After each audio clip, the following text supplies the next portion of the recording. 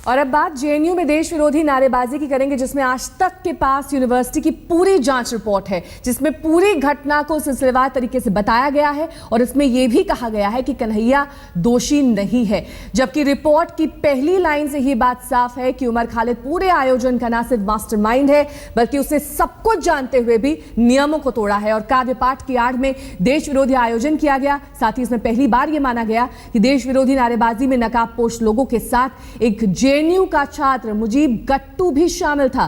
साथ ही यह भी कहा गया कि जेएनयू के सुरक्षा कर्मियों ने देश विरोधी नारेबाजी को नहीं रोका, ना ही देशद्रोही नारेबाजी करने वालों को जेएनयू से बाहर जाने से रोका।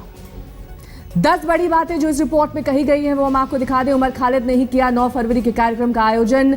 दूसरी बड़ी बात, जेएनयू सुरक्षा स्टाफ के रोकने के बावजूद बिना इजाजत खालिद ने यह कार्यक्रम आयोजित किया।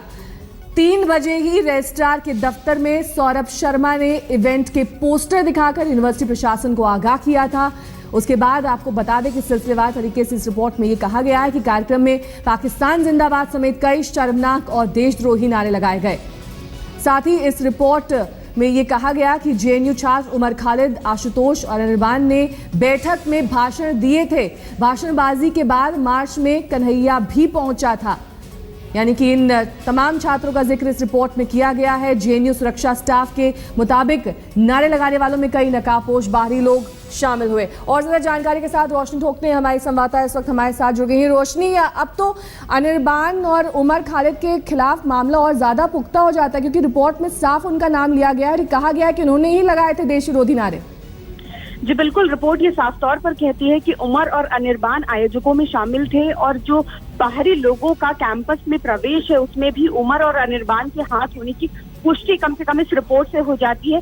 जो शो कॉज नोटिस उमर और अनिर्बान को सौंपा गया है पुलिस के जरिए, उसमें भी इन बातों का जिक्र है कि सांप्रदायिक तनाव पहुंचाने की कोशिश जो है वो कैंपस में उमर और अनिर्बान के प्रोग्राम के जरिए की गई थी। कुछ बाहरी लोगों के आने की भी इसमें पूरी बात साफ नजर आई। और सबसे बड़ा सवाल जो जेएनयू की स्टूडेंट को लेकर उठा, एक नया नाम सामने आया है और दिलचस्प है क्योंकि अभी तक जिस तरीके से ये पूरा प्रकरण था उसमें मुजीब भट्टो का नाम जो है वो सामने नहीं आ रहा था, लेकिन इस रिपोर्ट के बाद अब उन पर भी कार्रवाई की पूरी संभावनाएं हैं। बहुत बहुत शुक्रिया रोशनी इस तमाम जानकारी के लिए आपका। और अब आपको दिखाते हैं इस रिपोर्ट की मुख्य बातें, किस तरह से इस रिपोर्ट में ये कहा गया कि अनिर्बान और उमर खालिद भी शामिल थे देश विरोधी नारे लगाने में और एक अन्य छात्र का भी नाम सामने आया है।